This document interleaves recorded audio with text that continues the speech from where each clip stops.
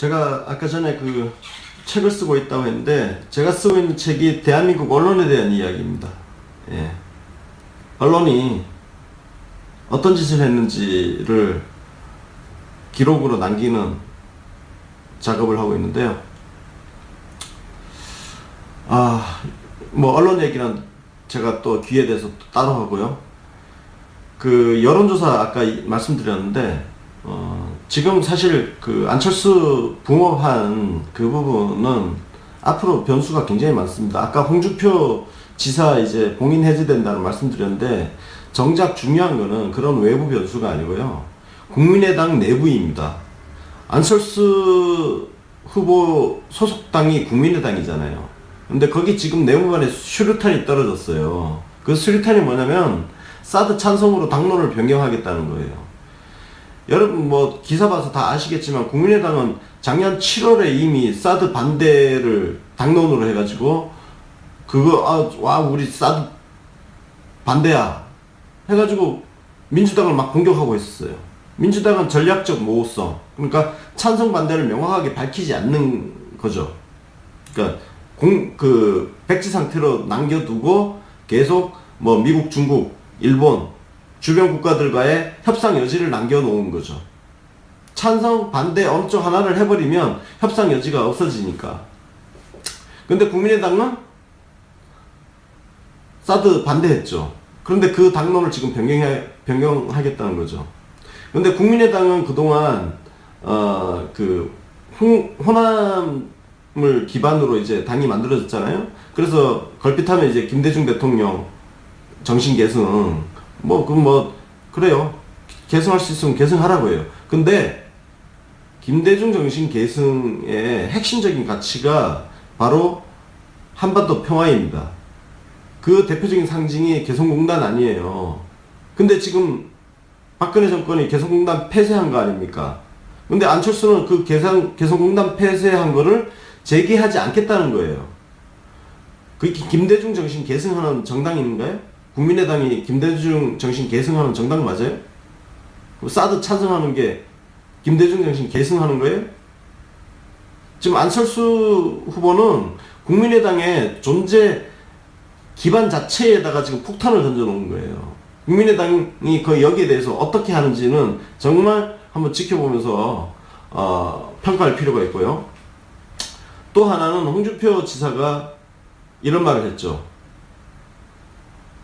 안철수 뒤에 박지원이 있다. 그러니까 박지원 상황이 있다. 근데 뭐 상황으로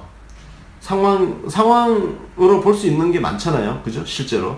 그런데 여기에 김유정 국민의당 대변인이 이렇게 얘기했죠. 이제 우리는 호남 일중대다.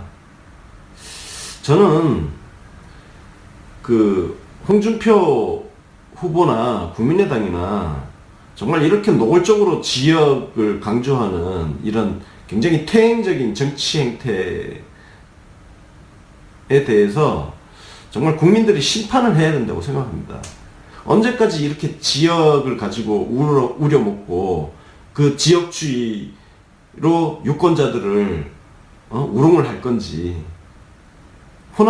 국민의당이 호남 일중대라고요? 이렇게 대놓고 그냥 우리는 호남당이다 이렇게 얘기를 하는 겁니까? 그게 한 국가의 정당이 할 이야기냐고요. 국민의당은 이 문제에 대해서 이 사드 문제, 개성공단 문제, 그리고 호남 일중대 이런 발언 문제, 지금 바깥이 홍준표 지사가 문제가 아니에요. 국민의당은 자신들의 존재 기반에 대해서 질문을 지금 받고 있는 거예요. 그래서 조선일보가 안철수 후보한테 물었지 않습니까? 너는 누구냐? 너 보수냐? 저쪽이냐? 묻는 거예요. 국민의당은 거기에 대해서 답을 해야 돼요. 그러나 답을 잘 할 수 있을까요? 아마 그 답을 하기가 쉽지는 않을 겁니다. 국민의당 국회의원 다수가 호남을 지지 기반으로 하고 있잖아요. 자기 배반을 할지 안 할지 한번 지켜봅시다. 저는 지금 국민의당은 대선이 문제가 아니에요. 당이 쪼개질 수도 있어요. 앞으로 그러니까 여론조사에 너무 일일비하지 않아도 된다. 아직 무수한 폭탄이 떨어질 것이다. 그럼 문재인은 떨어질 게 없어요. 예. 그냥 꾸준히 가던 대로 위로 올라가면 됩니다. 걱정하지 마십시오. 네. 네, 이번에는 언론들이 왜 문재인을 싫어하는지에 대해서 말씀 좀 드릴게요. 일단 문재인은 좀 원칙주의자죠. 언론들은 그 본능적으로 알고 있습니다. 원칙주의자인 대통령이 들어섰을 경우에 언론에게 오는 불이익을 직감을 하고 있는 거죠. 사실 그게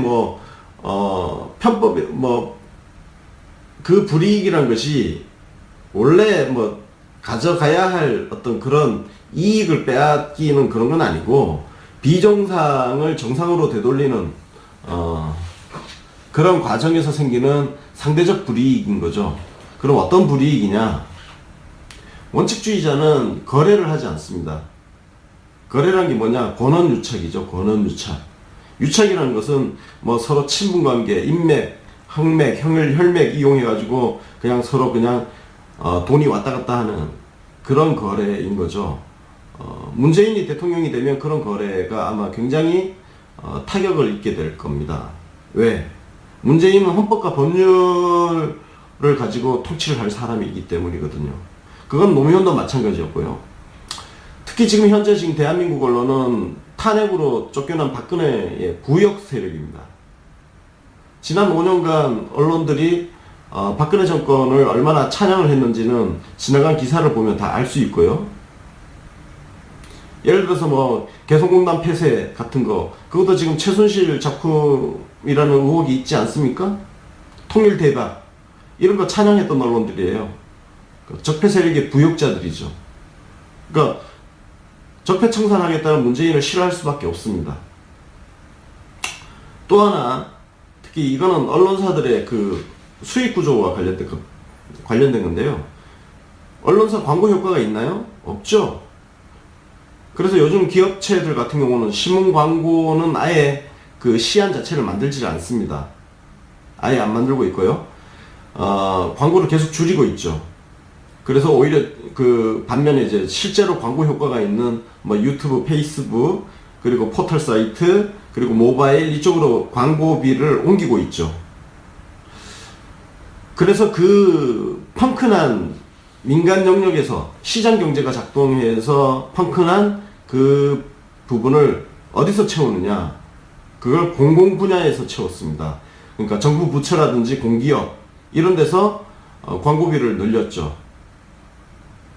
그 이명박 정권 초창기에 한 1,000억대에 불과하던 그 지출액이 지난해에는 거의 6천억 가까이 근접하는 정도로 늘어났습니다. 언론사들 먹여 살리는 중요한 수익원이 된 거죠. 이거 전부 바로잡아야 될 부분이거든요.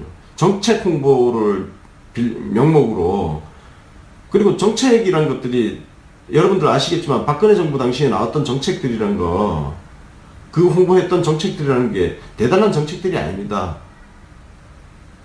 박근혜 정권이 이 일 제대로 한 게 있나요?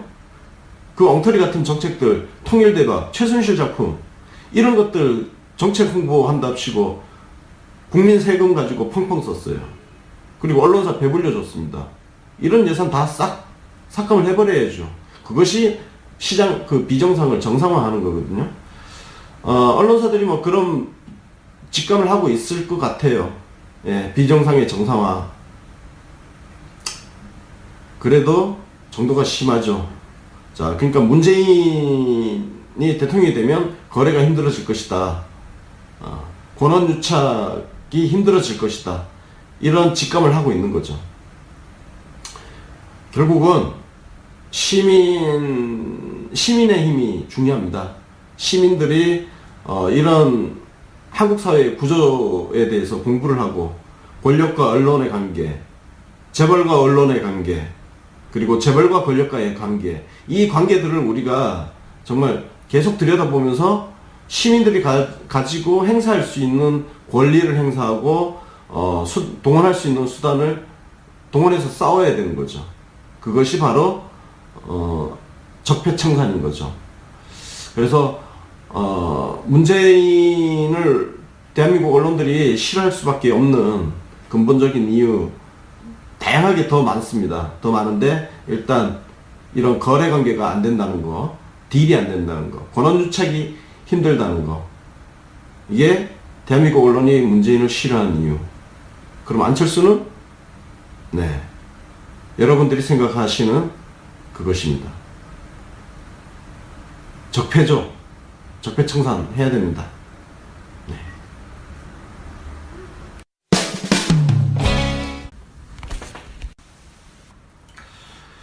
제가 아까 전에 그 책을 쓰고 있다고 했는데, 제가 쓰고 있는 책이 대한민국 언론에 대한 이야기입니다. 예. 언론이 어떤 짓을 했는지를 기록으로 남기는 작업을 하고 있는데요. 뭐 언론 얘기는 제가 또 귀에 대해서 또 따로 하고요. 그 여론조사 아까 말씀드렸는데 지금 사실 그 안철수 붕업한 그 부분은 앞으로 변수가 굉장히 많습니다. 아까 홍준표 지사 이제 봉인 해제된다는 말씀드렸는데, 정작 중요한 거는 그런 외부 변수가 아니고요, 국민의당 내부입니다. 않겠다는 거예요. 그게 김대중 정신 계승하는 정당인가요? 국민의당이 김대중 정신 계승하는 정당 맞아요? 사드 찬성하는 게 김대중 정신 계승하는 거예요? 지금 안철수 후보는 국민의당의 존재 기반 자체에다가 지금 폭탄을 던져놓은 거예요. 국민의당이 여기에 대해서 어떻게 하는지는 정말 한번 지켜보면서 평가할 필요가 있고요. 또 하나는 홍준표 지사가 이런 말을 했죠. 안철수 뒤에 박지원이 있다. 그러니까 박지원 상황이 있다. 근데 뭐 상황 협상 여지가 없어지니까. 근데 국민의당은 사드 반대했죠. 그런데 그 당론을 지금 변경하겠다는 거죠. 근데 국민의당은 그동안 그 호남을 기반으로 이제 당이 만들어졌잖아요. 그래서 걸핏하면 이제 김대중 대통령 정신 계승 그래요. 계승할 수 있으면 계승하라고 해요. 근데 김대중 정신 계승의 핵심적인 가치가 바로 한반도 평화입니다. 그 대표적인 상징이 개성공단 아니에요. 근데 지금 박근혜 정권이 개성공단 폐쇄한 거 아닙니까? 근데 안철수는 그 개성공단 폐쇄한 거를 제기하지 않은 상황으로 볼 수 있는 게 많잖아요. 그죠? 실제로. 그런데 여기에 김유정 국민의당 대변인이 이렇게 얘기했죠. 이제 우리는 호남 일중대다. 저는 그 홍준표 후보나 국민의당이나 정말 이렇게 노골적으로 지역을 강조하는 이런 굉장히 퇴행적인 정치 행태에 대해서 정말 국민들이 심판을 해야 된다고 생각합니다. 언제까지 이렇게 지역을 가지고 우려먹고 그 지역주의로 유권자들을 우롱을 할 건지. 국민의당이 안철수 후보 소속당이 국민의당이잖아요. 근데 거기 지금 내무반에 수류탄이 떨어졌어요. 그 수류탄이 뭐냐면 사드 찬성으로 당론을 변경하겠다는 거예요.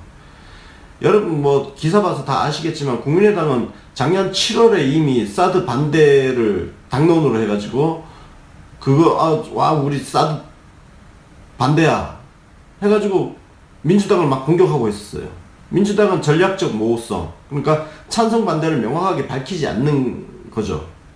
그러니까 백지 상태로 남겨두고 계속 미국, 중국, 일본 주변 국가들과의 협상 여지를 남겨놓은 거죠. 찬성, 반대 어느 쪽 하나를 해버리면